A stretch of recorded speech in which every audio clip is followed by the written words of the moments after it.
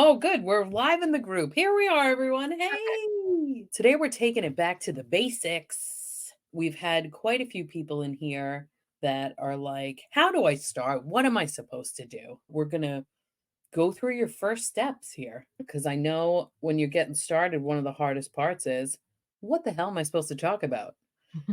Yeah, we're taking it way back to the basics, guys, tonight. So, what we're going to talk about is how to pick your those of you that know me know I hate that word, but I tried to change it to category and it didn't really take off. So, we're going to stick with the what we know. And then also how to find some products or if you have your own stuff, we're going to dive into that. So we're going to go through like the really beginning basics, like things you should think about when you're getting started. Okay, so let's start with a question. Sharita, how do you know when it's safe to change your niche, if that makes sense? It's safe to change your niche whenever you want to. You don't wanna be stuck in a niche that you don't wanna be in. The only thing that I would say about that is just don't do it every 2 weeks. So if you're going to change your niche, know that you've already tried this one out. Maybe it's not a good fit for you. Maybe you've given it a good solid try and you're ready to change, but then don't change again in 2 months because your audience is going to be so confused that it's going to cause more problems. Than just be aware of that when you're changing your niche. Know that you're going to stick with it for a good 12 months or so. Absolutely. Okay. So, a niche is a category of products that you would like to promote. These can be it could be anything you want, but just to give you a general answer, could be the make money online niche. We are actually showing people how to make money online. Could be beauty, which could be makeup, it could be skincare, it could It be can really be hair. anything, but your niche should be like if the products that you are promoting should be all fit underneath your niche. So if you're going to do something on fishing or Jeanette's favorite worm farms, then everything that you're going to actually be putting out there should be about worm farms or maybe homesteading or something like that. Picking a niche is not necessarily picking like golf and you're only going to be doing drivers. You're going to be doing the whole thing of golf. So there's a lot of things that can actually be put underneath that particular niche. So that makes any sense. Yeah, and the reason we say that is because you don't wanna be selling sneakers and then also gardening tools because people are gonna be like, "Wait, I was here What? for the sneakers. What? What's happening?" So, you don't wanna confuse your audience. You wanna stay in the same general area. But the biggest part of this here is it should be something you're passionate about because you're gonna be talking about it constantly in your content. So, if, for instance, if my niche was feet, I would hate my life and I would not continue with my online business because I hate feet. So, you wanna pick something you love because you're gonna have to talk about it all the time. And if you hate what you're talking about, you're gonna get burnt out and you're gonna quit. We know this because we have watched it happen to so many people. Because they go into the make money online and it's not a good fit, but they do it because they've been through some course that it just makes sense. That's what you do. And so people end up in that space and then they hate it. For example, Jeanette and I, me by myself, Jeanette by herself, have made well over 1,000 videos talking about making money online. You have to think about it at scale. If you're going to do this for 1 year and you're going to make 3 videos a day, how many videos are you making that you're going to be talking about that one topic? So make sure it's something you absolutely love. And we don't care what you sell because this process works for anything that you want to sell, but you have to love it. And don't just do something because you think, oh, it's a high ticket, so I'm going to go do that. If you hate the topic, it's not going to work. 100% yes. By choosing a particular niche, you're gonna increase your chances of making a sale. You'll be able to market to the people who are most likely to buy because you're gonna be marketing to people that are interested in whatever you're selling, and you talking about it through your content is how you're gonna bring in the people that are gonna purchase your stuff. This example is credit cards, not sneakers, but promoting credit cards and also garden products that people are gonna be like, "What? I was here for the credit card offer." So you want to stick within. You could sell 1,000 things within your niche, but just make sure that they're all somewhat similar to what you're talking about so you don't confuse your audience. Well, let's pop this one right up here. Sharita Oh, asks, yeah. is researching the products you're promoting sufficient, or is it best practice to promote products you use and know? In my Good. humble opinion, I think you have to know and love the product because you want to be able to give an honest opinion on that product. If you've never used it, you don't know if it's gold or crap. pretty much, right? So if you are actually promoting something and it turns out that it's crap and you didn't know, your audience is going to be like, I'm never trusting her again because that was a piece of crap. In my opinion, you should know and love that product already. I personally would not promote something I have not used or tried or know the pros and the cons, because it can still be a great product but have cons. So you might be able to tell people like, hey, if you're looking for this to do XYZ, it's not really what it's built for. It's built for this. And that's going to actually build trust in your audience. So you're telling them like, this is exactly how you can use this product. But if you want to use it this way, this is not the best choice. Plus, if you have, let's say you have a physical product that you want to sell, it's better if you have the physical product. Like I could talk about, I'm just saying this because it's right in front of me. I could talk about lip gloss, right? And like why it's so good, what it looks like on, blah, blah, blah. But if I don't have this to put on my lips during the video, that would be like me making a cooking video and not actually making the thing, just talking about this great lasagna that I made. I agree with Jill. You should definitely know the products. And if it's a physical product, you should probably have it because there's a lot of crap out there. So if you're just going onto a marketplace and picking out products, which we'll talk about, and you've never used it before, Jill said a lot of that stuff is crap. You don't want to have a bad taste in a lot of people's mouth because it's not going to help you out at all. Good questions. We're going to dive into a little exercise to help you figure out what area you want to be in. Before we go through these, you guys can read the questions, but I can't emphasize enough that you should pick something that you're really passionate about and not pick it just because you think you're going to make a quadrillion dollars online, because it's so important that you love it, because you need to have that enthusiasm in your content. When you're going to make content about whatever it is that you're selling, you have to have that enthusiasm. If you don't know about a product or you don't like what you're talking about, the camera is going to pick that up, and so are the people watching your videos. So please make sure, don't do it for the money. Do it because you love what you're talking about. So just a quick exercise, literally fill in the questions, or you could write it on a sticky, but whatever you want to do. So what could you talk about for hours? Think of something that you could, if somebody brought up this subject, you're immediately like, oh, blah, blah, blah, blah, and you could go on for hours about it. What do you like to do in your spare time? Do you have a hobby that you love to do? That could be something that you can do online. What is your passion? I guess that kind of goes in the same question. What are you good at? So, big part here, the answer cannot be nothing. Everybody's good at something. You can't say nothing to that question. And another thing too is that it doesn't necessarily have to be something that, because I have had people come into my group and say, you know what, I don't have any hobbies because I've been raising a family. Completely valid point. You don't really have that. So one of the questions here is, what do people tell you that you're good at? What have you done in previous jobs? What is one of your strengths? Somebody calls you up and says, hey, I really need help doing this. Can you help me?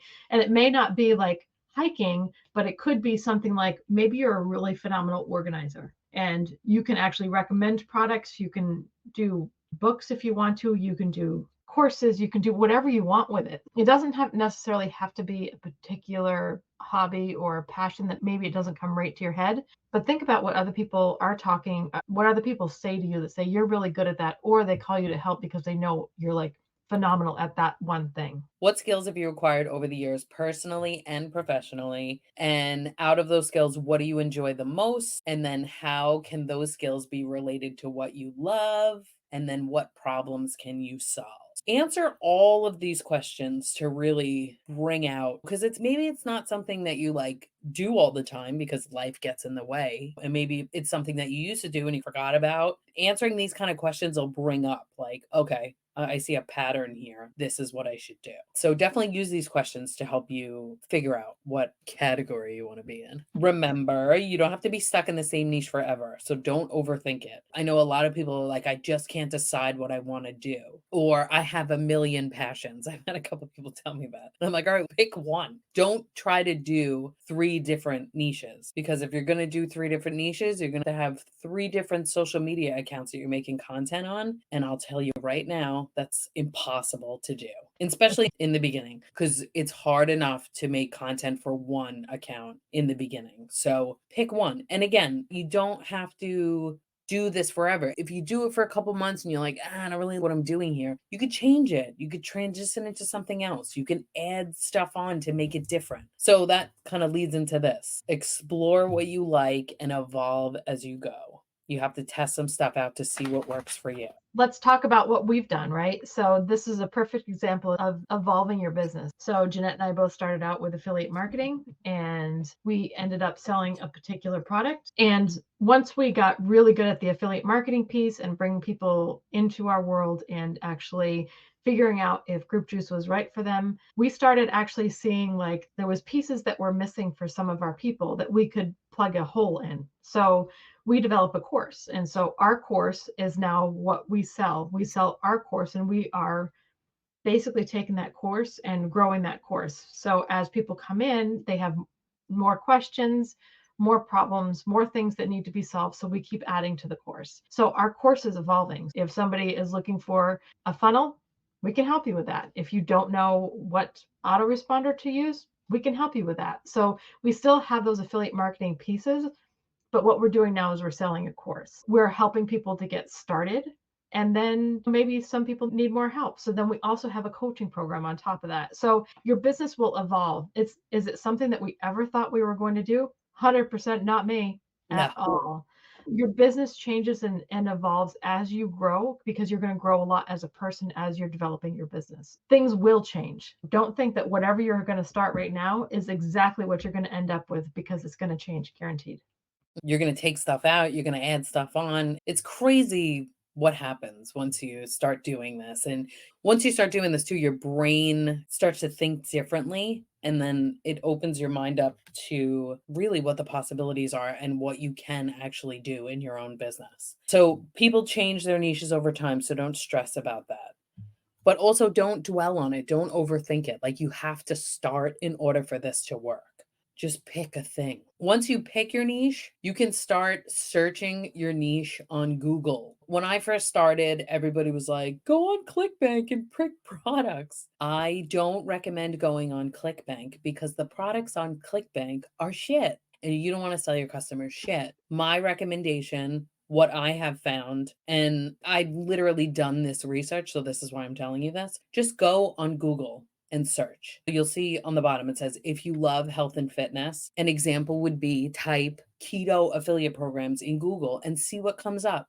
Do some research, write things down, write down the name of the company, write down the products that you know that you would want to promote, write down what kind of a commission they're going to give you if somebody buys the product through you. Do some research, but write stuff down. There are marketplaces that you can go on to find a lot of products all in one area. So the ones that I have listed here are ones where they have actual companies that you've heard of and products that you would be comfortable selling. ClickBank is a website full of shit you've never heard of.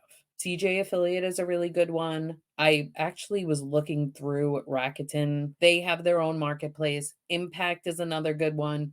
And Share a Sale is on the bottom because it's okay. I have to say Just that most of the things that I've been through have gone through Impact. Most of the mhm. ones that I use. Yeah.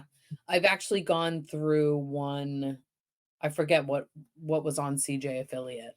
But if you go into these marketplaces, the list is endless. But again, it's going to be companies that you recognize the names of. That's why I recommend these. But the first thing I would do is just go on Google. Good old Google search. Like Jeanette said, if you have a product you love, put that product name and the affiliate program, and usually it'll bring you right to their affiliate program on the website. So a lot of times what will happen is you'll go to the website and look it up, and then they'll tell you what marketplace they're in. So like, for example, if you look up Walmart goes through Impact. So if you look up the Walmart affiliate program, it'll bring you to Impact where you'll sign up in Impact. Go to the website of the product that you love. And to me, that's probably the best way to do it. Yeah, I agree. Another example down here, like if you love beauty products, an example would be to type skincare affiliate programs or hair care affiliate programs. Also, when you're doing that and you're on Google, the first 3 or 4 choices are going to be sponsored, which means they paid to be up there. So scroll down, go to the ones that don't say sponsored because those people paid to be up there. It doesn't mean it's the best search, but just do some research. Like I said, don't dwell on picking your niche. Don't take 16 years to do it. The sooner you start this, the sooner it starts to work. So then the second part is I'm telling you to do a little research. Don't get stuck in the research phase forever. because I definitely did this in the beginning. I was like, I'm going to learn all of this. It's like you go to college, right? You're in college for 4 years and you're just learning. And then when you get out, you apply for a job. This is totally different. You're going to learn something and then you're going to do it. You're going to learn something, you're going to do it. Learn, do, learn, do, learn, do. That's how you succeed. That's how you build your business online. A lot of these platforms are going to require that you have some kind of a following. Once you pick the niche, the area that you want to be in, start creating content. Some of them will require that you have some kind of a following. It's not going to be like 5,000 followers, but I guess they just want to see that you have an active social media presence. Really quick here, like side note, if you get denied, if you apply for one of these and you get denied, just apply again. No doesn't mean no forever. For whatever reason, change some stuff up and in because you'll have to fill something out to become an affiliate. Make sure that you have started a social media and that you're creating content because they're going to ask for the social media account to see, I guess, that you're a real person, number one, but also that you're going to be making social media content. That's how this works. Content is the key to your business. So the sooner you start,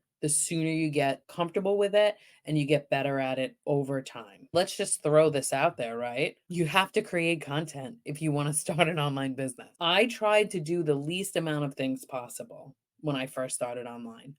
I was just doing 7-second videos with trending sounds. You're not going to grow a following that way. The only way you're going to grow a following of people that are actually going to buy your products is to have your face in your content and talk in your content.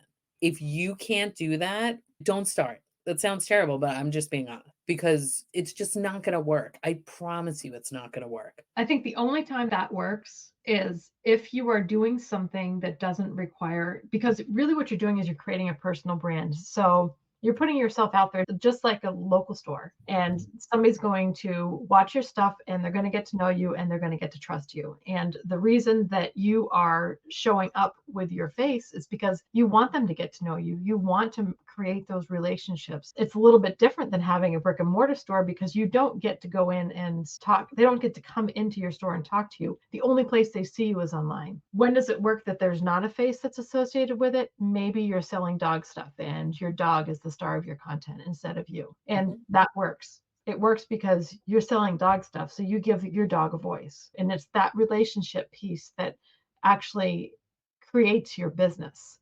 So Mhm. yeah, content, I 100% understand where you're coming from. I actually had to walk to the park all by myself because I thought I was going to throw up when I did my first piece of content. Probably took me, I don't know, 3 hours to do it. It was terrible. But the first one's the worst. The second one is terrible, but not quite as bad. The third one, by the time you get 100 in there, you are getting your content feet.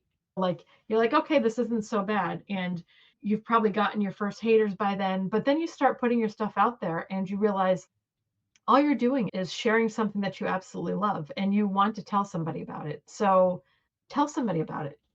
And if you think about people about content and showing up on camera, some of the things that people can complain about is that they don't like to see themselves on camera. But it's actually how everybody in this world sees you. You're just not used to seeing you that way. Just start seeing yourself on camera. Is the only reason why you're not seeing it is because we don't have a mirror in front of us looking at us all the time.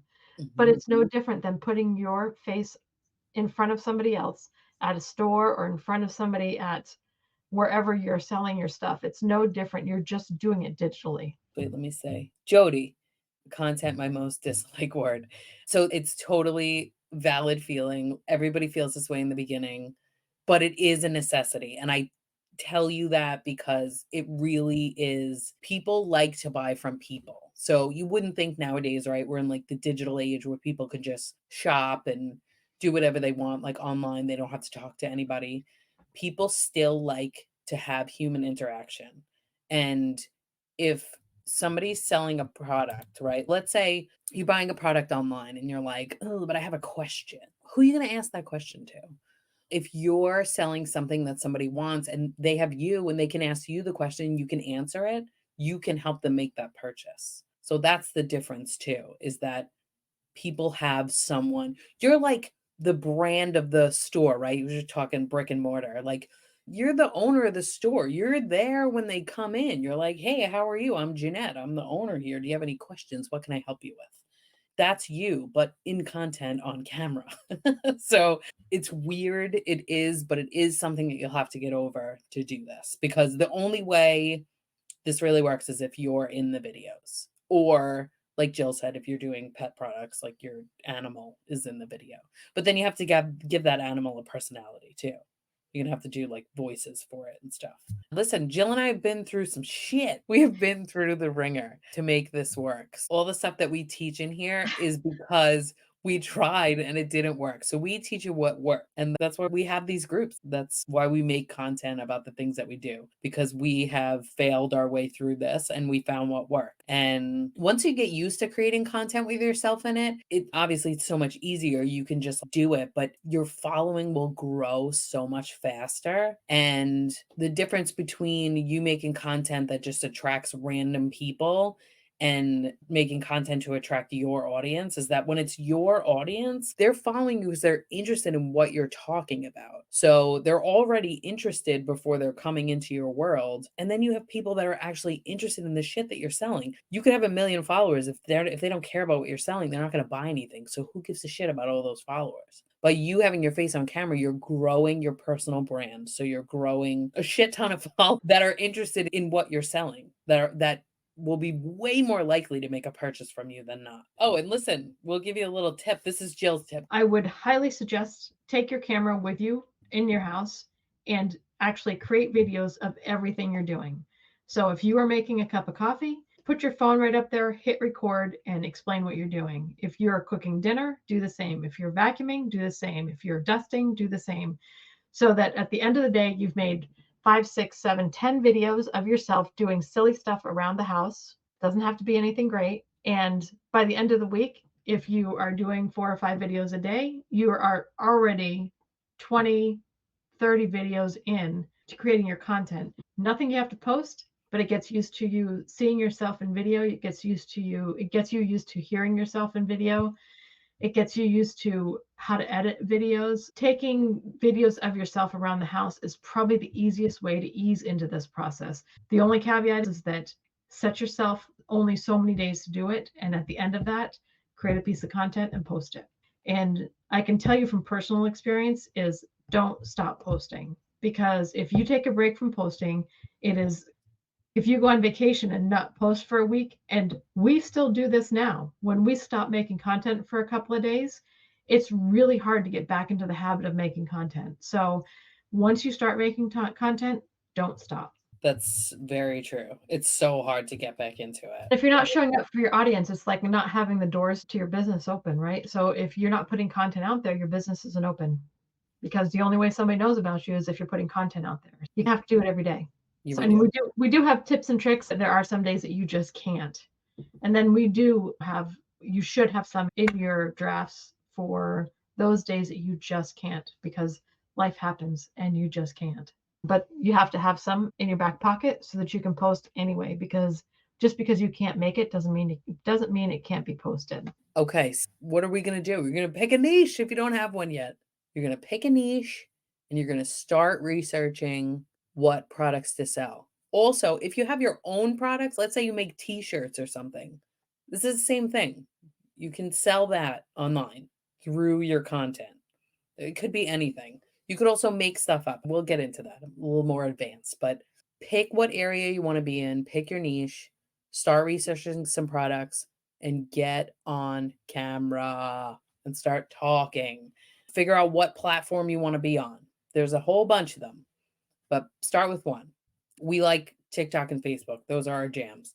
We feel like those are the easiest platforms to grow a following on. My only piece of advice is if you're starting to make content and you don't know what to talk about what you're doing, talk about what you're doing. You're just starting out. Tell your story, share your journey with them. That's all you need to talk about. And we do have a course, like Jill talked about. We have a course called Vibe Tribe, and it's going to break down everything. It's going to break down the entire process. And we have a massive section on content, and we really dive deep into content. So if you are interested in having structured training instead of just looking all over the internet, we can help you with that. We'd be happy to chat with you. Let us know, reach out to us, a messenger, drop it in the comments. We're not pushy, we're not shoving it down your throat. If you're interested, we'd be happy to send over the info to check it out. And we do go live inside the Vibe Tribe group every week. So you have the support of us as well. Anyone who has you ladies as their support system are very lucky. You guys are so kind and so knowledgeable and always willing to help. Thank you, April. Thanks, April. Listen, this is why we do this. This is why we're so passionate about it too. Because we spent a lot of money on crap that didn't teach us anything. And we really, like I said, failed forward, really. We tested stuff out, stuff that didn't work, and we found our way. And we want to teach you guys how we're doing it so that you can do the same thing. Yeah, so that's what we got for you guys today. Thank you for hanging out with us as always. If you're interested in looking at what's inside Vibe Tribe, we'll be happy to have you in there. And we'll see you next week. See you next Peace. week, everyone.